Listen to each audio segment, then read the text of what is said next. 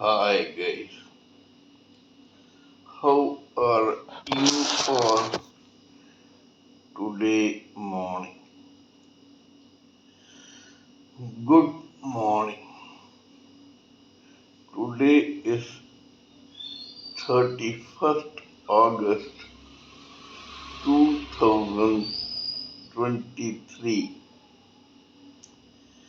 My name is T.S.V. Raghavan and I live in Chennai, Tamil Nadu, India. This is my spiritual vlog on YouTube. Hardan, Hardan,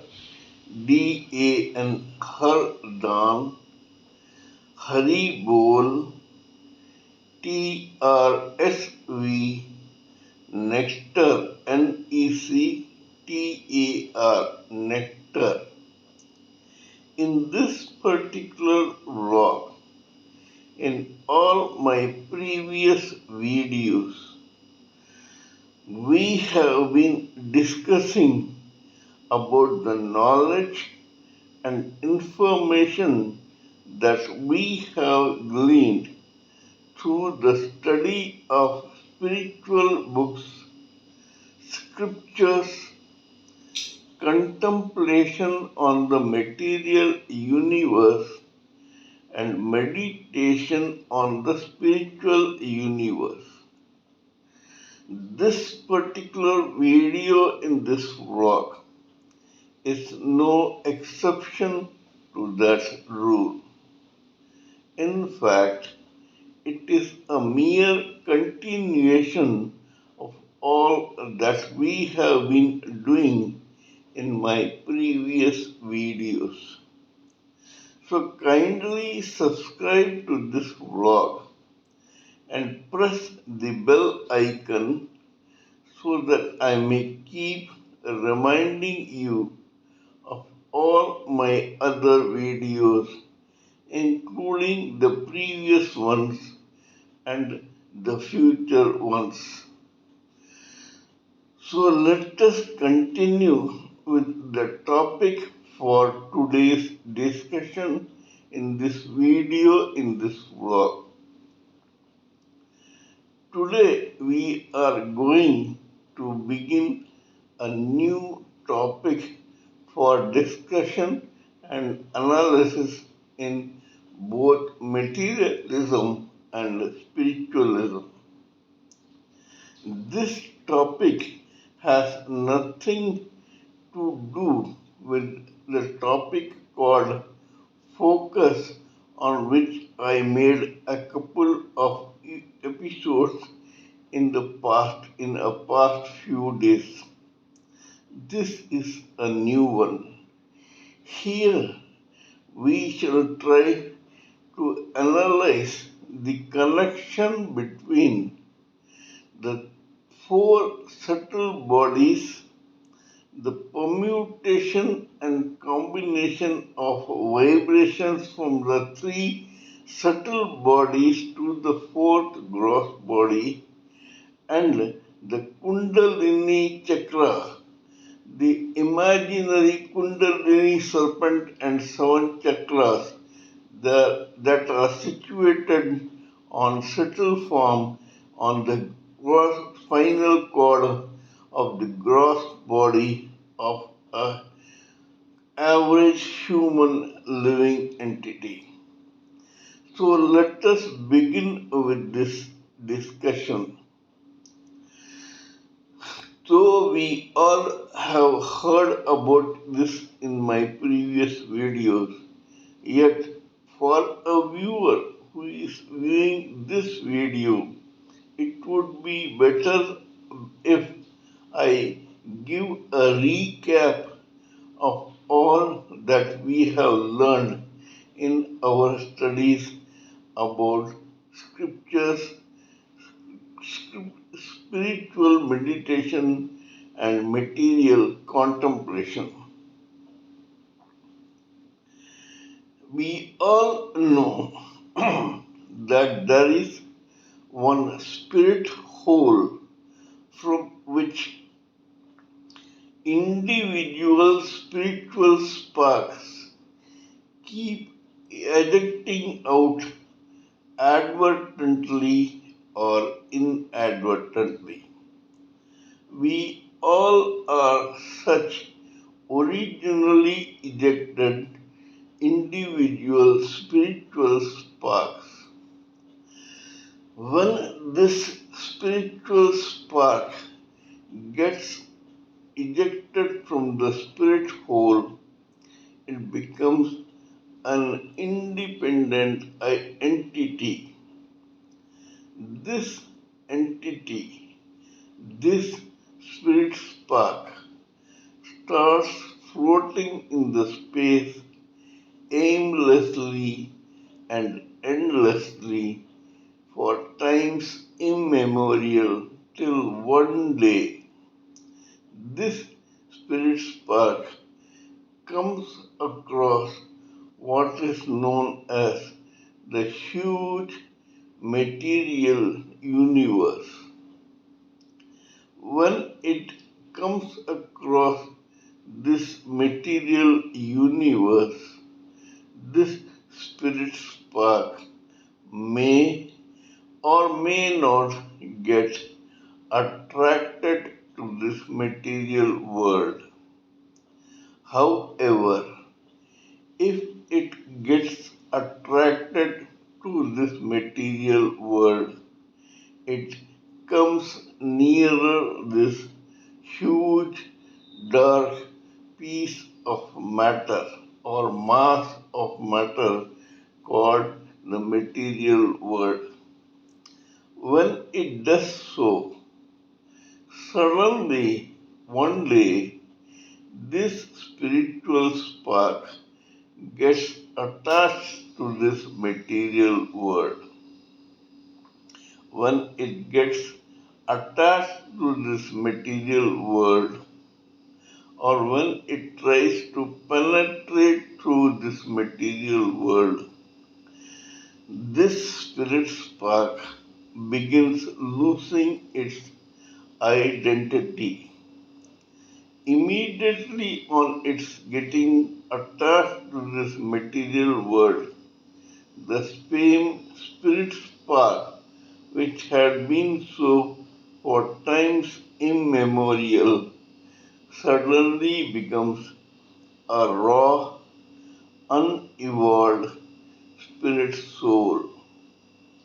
Now it has become a spirit soul, albeit unevolved. Long gone is the time when it was just a spirit spark. Now it is a spirit soul.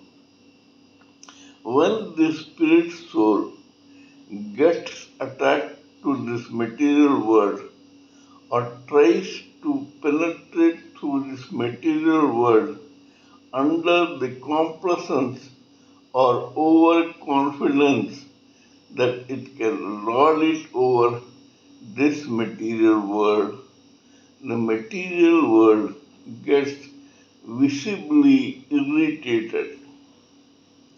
When it gets irritated, this material world, to stop that irritation, begins to wrap this spirit soul, this raw, unevolved spirit soul, with layers of its own material body or layers of its own saliva that get converted into individual layers of material body. Slowly, this spirit soul starts getting entrapped into a cocoon made up of mainly four layers of material body. Of these, three are subtle and the fourth is gross. The first subtle layer of material body is known as the causal body of intelligence and logic. The second layer, which is also subtle, is known as the astral body of mind, feelings, and emotions. The third layer is known as the etheric body of senses. These senses are five in number. They are sight, hearing, smell, taste, and touch. And the fourth is called gross body, which is mainly made up of four elements, namely air, fire, water, and earth. Now, these four layers of material body entrap this spirit soul. When it gets so entrapped, this spirit soul immediately changes its identity again and becomes what is known as a living entity. A living entity is one which is a combination of the original raw, unevolved spirit soul and the four layers of the material body. This living entity then begins its endless orbit and journey of endless births and deaths in various species in this material world. The first birth is known as that of a cell. From cell, the chain of births and deaths, which is seemingly endless, begins. From cell, it is to algae, then to amoeba, then to weeds, grass, creepers, plants, trees, worms, insects, amphibians, reptiles, animals, and finally to human beings. This is the chain or cycle of repeated births and deaths of a living entity. As long as this living entity does not graduate into becoming a human species, being of human species, or getting birth in the human species category, it does not have what is known as karma or destiny. The births and deaths in other species other than the human species are just memories of that living entity, whether it was that of a cell, an amoeba, algae, and so forth. As soon as it gets birth in the human species, its destiny or karma begins. There are 400,000 species of human beings in this material world. This particular living entity has to go through usually all these species or at least a majority of them before getting totally evolved and graduated.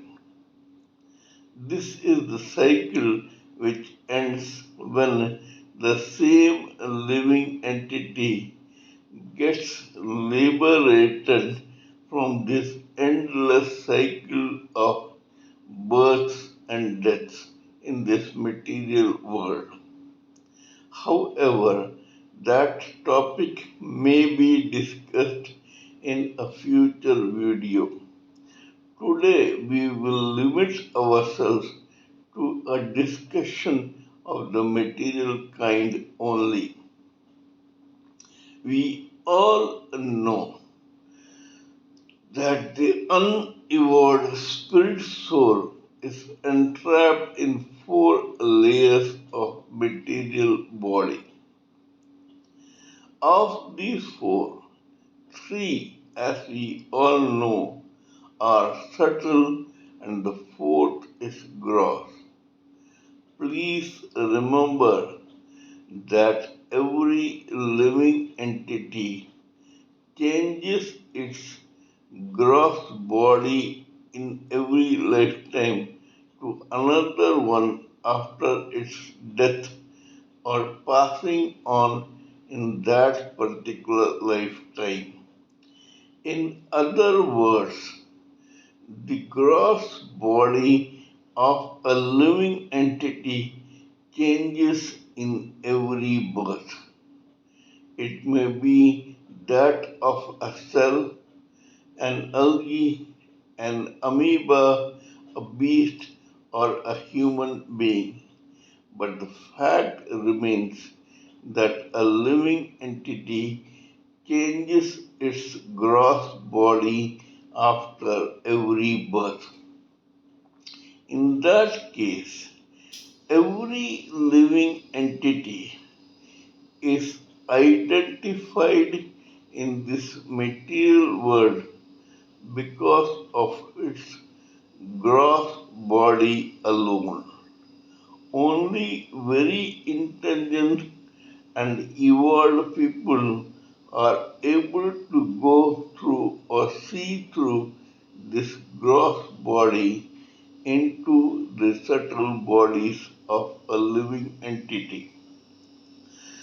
These three subtle bodies of the living entities continuously send transmissions of their own respective vibrations to a mass of tissue called the brain, which is situated in the cranium of the gross body of that living entity. This mass of tissue, also known as the brain, has a trillion cells or nerves or veins inside it. The brain is the most common complex human instrument ever designed by the Supreme Personality of Godhead for the sake of a living entity. This brain acts as a bridge or a conduit between the three subtle bodies and the rest of the gross body.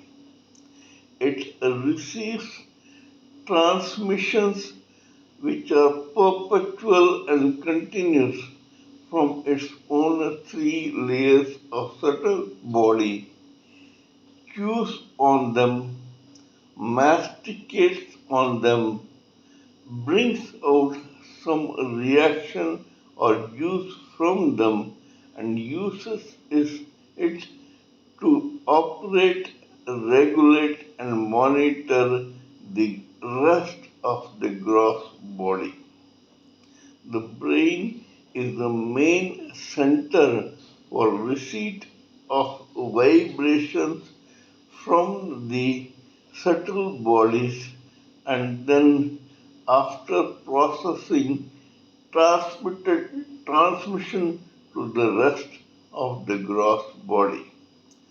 Depending on this, the gross body of that particular living human entity or any other living entity operates. This gross body is useless without that brain which transmits those continuous vibrations from the subtle bodies of that particular living entity. If this living entity passes on or dies and this body becomes dead, the receipt of transmission of vibrations from the subtle body by the brain of that gross body immediately stops.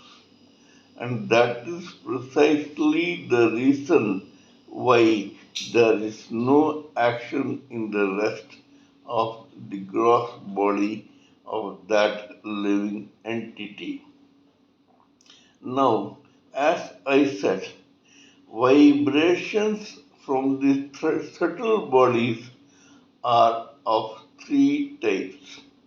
They are known as that from the causal body of intelligence or the astral body of mind, feelings, and emotions or the etheric body of senses. Depending upon the evolvement, education, experience, maturity, destiny, and karma of that particular living entity, the transmission of vibrations from these subtle bodies happens. Now comes the case of the Kundalini serpent. This Kundalini serpent and the seven chakras are imaginary and happen to be situated between the base of the gross body of a living entity, especially human, and end at the cranium of that particular living entity. In other words, the Kundalini serpent is an imaginary serpent of dormant energy which is lying at the base of the spinal cord of a particular human living entity.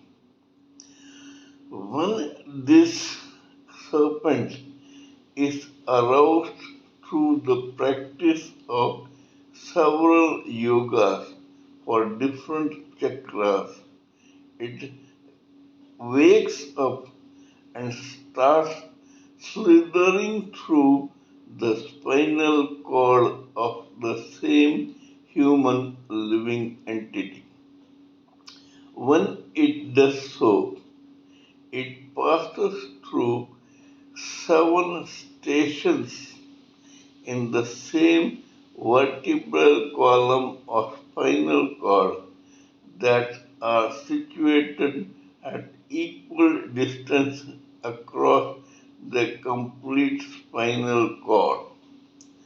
These seven stations are called first Mooladhara Chakra, second Swadhisthana Chakra, third Manipuraka Chakra, fourth Anahata Chakra, fifth Vishuddhi Chakra, sixth Ajna or Agya Chakra, and the seventh the Sahasrara Chakra. When this serpent passes through any of these chakras, it activates the energy from that particular chakra and makes this human gross body and the living entity matured or experienced according to that particular form of energy.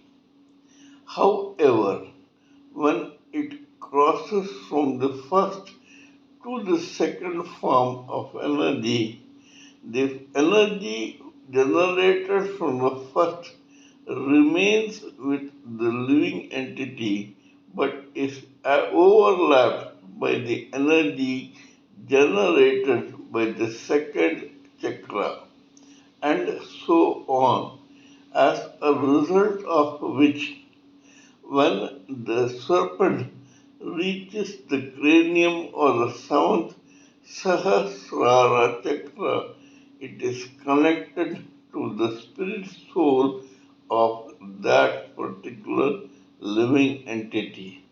In other words, the seventh chakra is slightly detached from the actual living entity's body and is connected more to the soul of that living entity. Now, we will try to find out what connection happens between the vibrations from the three subtle bodies which are transmitted to the brain of that particular living entity and transmitted further into the rest of the gross body. All actions and reactions of a particular living entity depend on only this vibration, transmission, and execution of vibrations from a subtle body. Here I would like to tell you that we will have to bifurcate these seven chakras into three or four parts. The first two chakras, that is the Mooladhara and the Swadhisthana chakra, are normally connected to the subtle body of etheric senses. The third and the fourth, that is Manipuraka chakra and the Anahata chakra, are directly connected to the astral body of feelings and emotions. The third, Vishuddhi chakra, and the Agya chakra are directly connected to the causal body of intelligence and logic. And finally, the seventh Sahasrara chakra is directly or indirectly connected to the spirit soul of that particular living entity. Now we know that when vibrations from the etheric body of senses hit the brain, they activate more of the first two chakras, that is Mooladhara and Swadhisthana. When the vibrations from the astral body of mind, feelings, and emotions hit this same living entity, then they hit the chakras of Manipuraka and Anahata chakras of the Kundalini chain of chakras. When the vibrations from the causal body of intelligence and logic hit the brain, it activates the Vishuddhi and the Agya chakra more. This is the normal procedure. Here we must also connect this with three modes of material nature, that is, goodness, passion, and ignorance.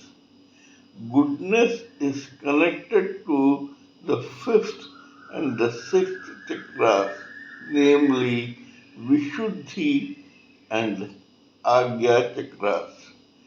Passion is connected to the middle level two chakras, mainly Manipuraka and Anahata chakras. The ignorance mode of material nature is directly connected to the base two chakras, namely Moonadhara and Swadhisthana chakras. Today I have given an introduction to this particular theory so that you may understand things better and we may try to analyze these topics better in my future videos. Today in this particular video, this is all I wanted to say about this particular topic. Kindly let me know what you think of my talk on this particular matter or subject. Please give me your own expert views, thoughts, opinions, and ideas so that I may blend everything together for the sake of this society. Before concluding, let me remind you that I am also a published author with Amazon Kindle and paperback. I write on spiritualism, fiction, and assorted subjects. Spiritualism happens to be my favorite subject. Till we meet in my next video, it is good morning from TSV Raghavan.